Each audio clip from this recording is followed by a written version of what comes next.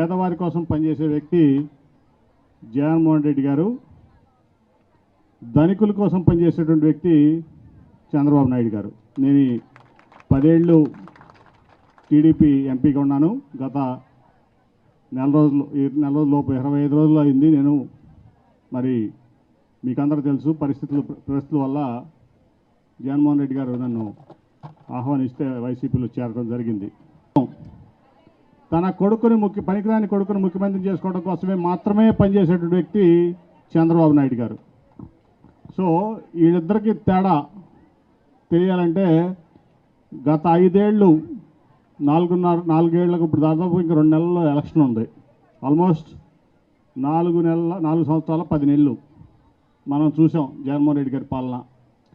నేను కూడా ఈ మధ్య 20 రోజుల నుంచి డేటా అంతా కూడా తెప్పించి చూస్తున్నాను. అంతకుముందు ఈనాడు పేపర్ చదివో, చంద్రబాబు నాయుడు గారు చెప్పింది వినో, జ్యోతి పేపర్ చదివో, లేకపోతే సోషల్ మీడియాలో చూసో నిజంగా కూడా కొన్ని డౌట్లు ఉండే నాకు. జగన్మోహన్ రెడ్డి గారి సమర్థత మీద, ఆయన యొక్క కమిట్మెంట్, పేదల పట్ల ఆయన యొక్క కమిట్మెంట్ మీద నాకు కొంత విశ్వాసం ఉన్నా, నమ్మకం ఉన్నా. కానీ ఇవన్నీ చూసి నేను కూడా మీలాగా కన్ఫ్యూజ్ అయ్యాను చాలామందిలాగా.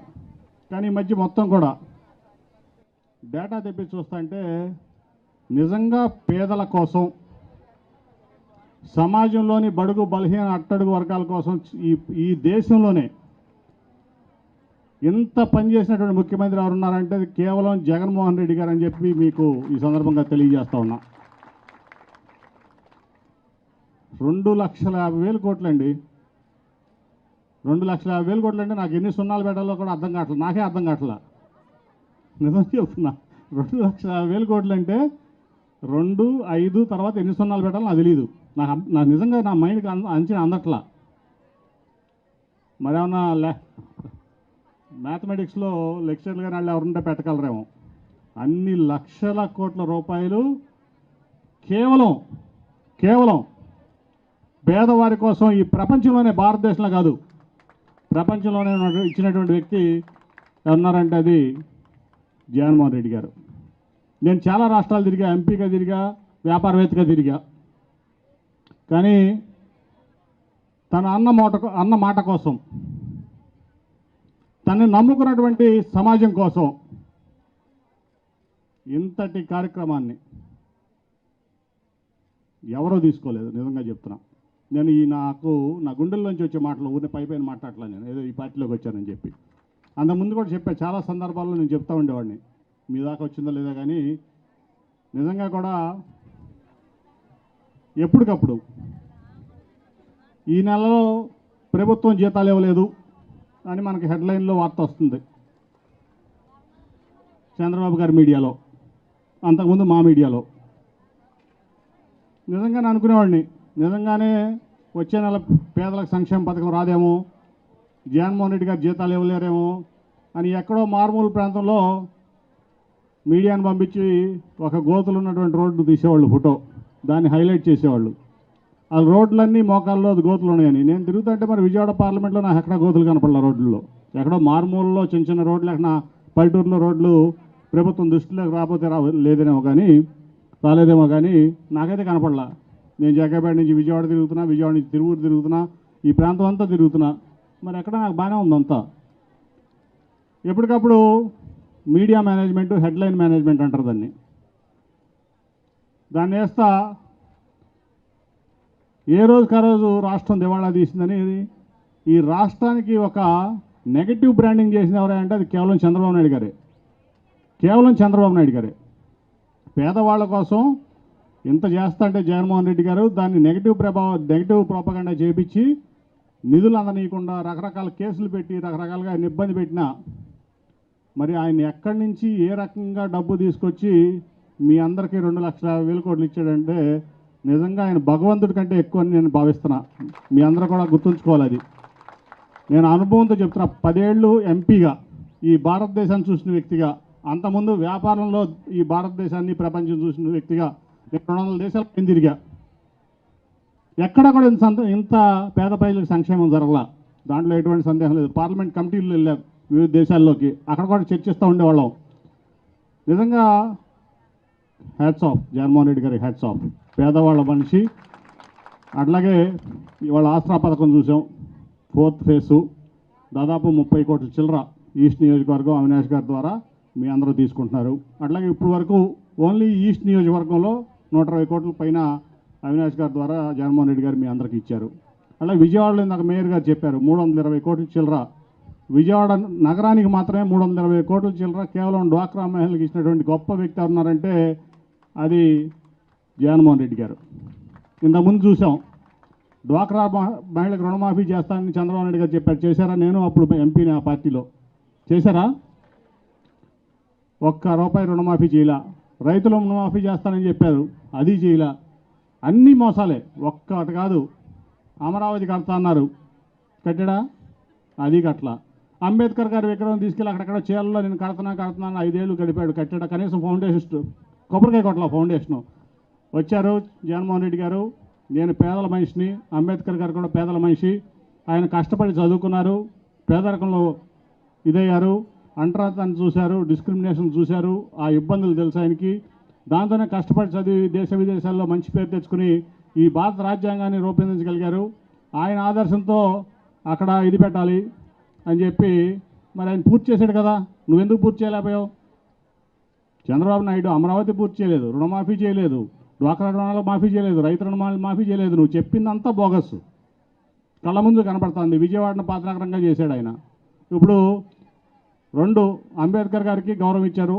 పాయింట్ నెంబర్ 1 ముఖ్యమంత్రి గారు దాన్ని కడతాన్నారు, విగ్రహం కట్టి చూపించారు రాష్ట్ర నడిబడిలో, విజయవాడ నడిబడిలో.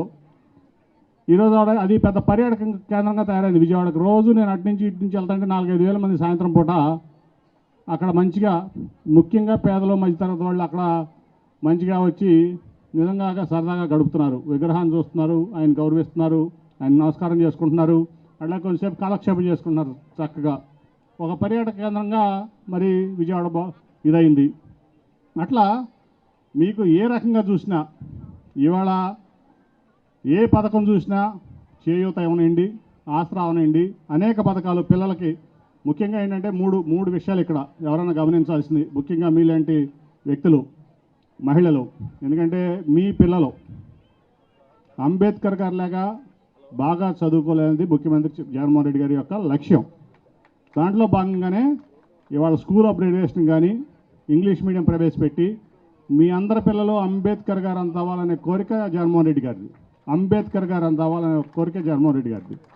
అట్లాగే మీ అందరి ఆరోగ్యం రాజశేఖర రెడ్డి గారి యొక్క ఆదర్శంలో భాగంగా, ఆయన ఐడియాలజీలో భాగంగా ఆరోగ్యశ్రీ కంటే కూడా బాగా ఇవాళ 25 లక్షల రూపాయలు ట్రీట్మెంట్లు మీకు అందజేస్తానంటే ఈ దేశంలోనే ఏ రాష్ట్ర ప్రభుత్వం కూడా మీ ఆరోగ్యం సంగతి పట్టించుకోలేదు.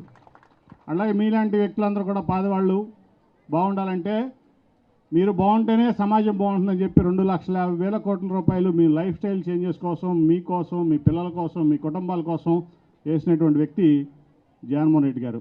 అట్లాగే ఆయన బాటలో ఇవాళ అవినాష్ గారు 11 సంవత్సరాలు ఇప్పుడు అవినాష్ రాజకీయాల్లోకి వచ్చి ఏ ఒక్క పదవి చేయలే, పోటీ చేసినా కూడా మరి వాళ్ళ వరకు ఎంపీ చేయలా, ఎమ్మెల్యే చేయలా. మరి జగన్మోహన్ రెడ్డి గారి పార్టీలో చేరిన తర్వాత ఈ ప్రాంతాన్ని ఒక ఎమ్మెల్యే కంటే ఎక్కువ బాగు చేసినటువంటి వ్యక్తి ఎవరున్నారంటే అది అవినాష్. అవునా కదా? మీరు చూస్తున్నారా? ఒప్పుకుంటారు? అది 11 ఏళ్ళు అయింది, ఎవరు కూడా రాజకీయాలు వదిలిపెట్టి పారిపోతారు అంత సుదీర్ఘ కాలంలో. కానీ దేవినేని నెహ్రూ గారికి ఆయనకి ఒకటే నేర్పించాడు, అన్న నందమూరి తారక రామారావు ఐడియాలజీని దేవినేని నెహ్రూ గారు ఫాలో అయ్యేవాళ్ళు. ఆయన కోసం అందరూ ఆయన విడిచిపెట్టి వెళ్ళిపోయినా, లేదు నేను అన్నగారితోనే ఉండాలి, ఆయన నాకు ఒక రాజకీయ జీవితం ఇచ్చాడని చెప్పి నిలబడినటువంటి ఏకైక వ్యక్తి ఈ ప్రాంతంలో దేవినేని నెహ్రూ గారు. దానికోసం ఆయన రాజకీయ జీవితం అంతా కూడా ఇబ్బంది పడ్డాడు. ఆయన ఇబ్బంది పడ్డాడు కానీ ఎప్పుడు కూడా ఆయన ఐడియాలజీని ఆయన విడవలా. మరి ఆయన బాటలో ఆయన కొడుకుగా మరి అవినాష్ గారు వాళ్ళ 11 ఏళ్ళ నుంచి మీకు సేవ చేస్తున్నాడు. 11 ఏళ్ళమ్మా తన రాజకీయాల్లోకి వచ్చి సేవ చేస్తున్నారు. పొద్దు నుంచి సాయంత్రం వరకు నా పేద ప్రజలు, మా నాన్నగారు ఎప్పుడు కూడా పేదలని ఆదుకోమన్నారు. అలాగే మా జగన్మోహన్ రెడ్డి గారు కూడా అదే చెప్తున్నారు అని చెప్పి ఇవాళ మీకు ఈ కృష్ణలంక కట్ట ప్రాంతంలో ఎవరున్నారా ఉన్నారమ్మా? ఇక్కడ చేతులు ఎత్తండి. ఉన్నారా? మీకు రీటైనింగ్ వాళ్ళు కట్టారా? అంతకుముందు వరదల్లో నేను కూడా తిరిగా.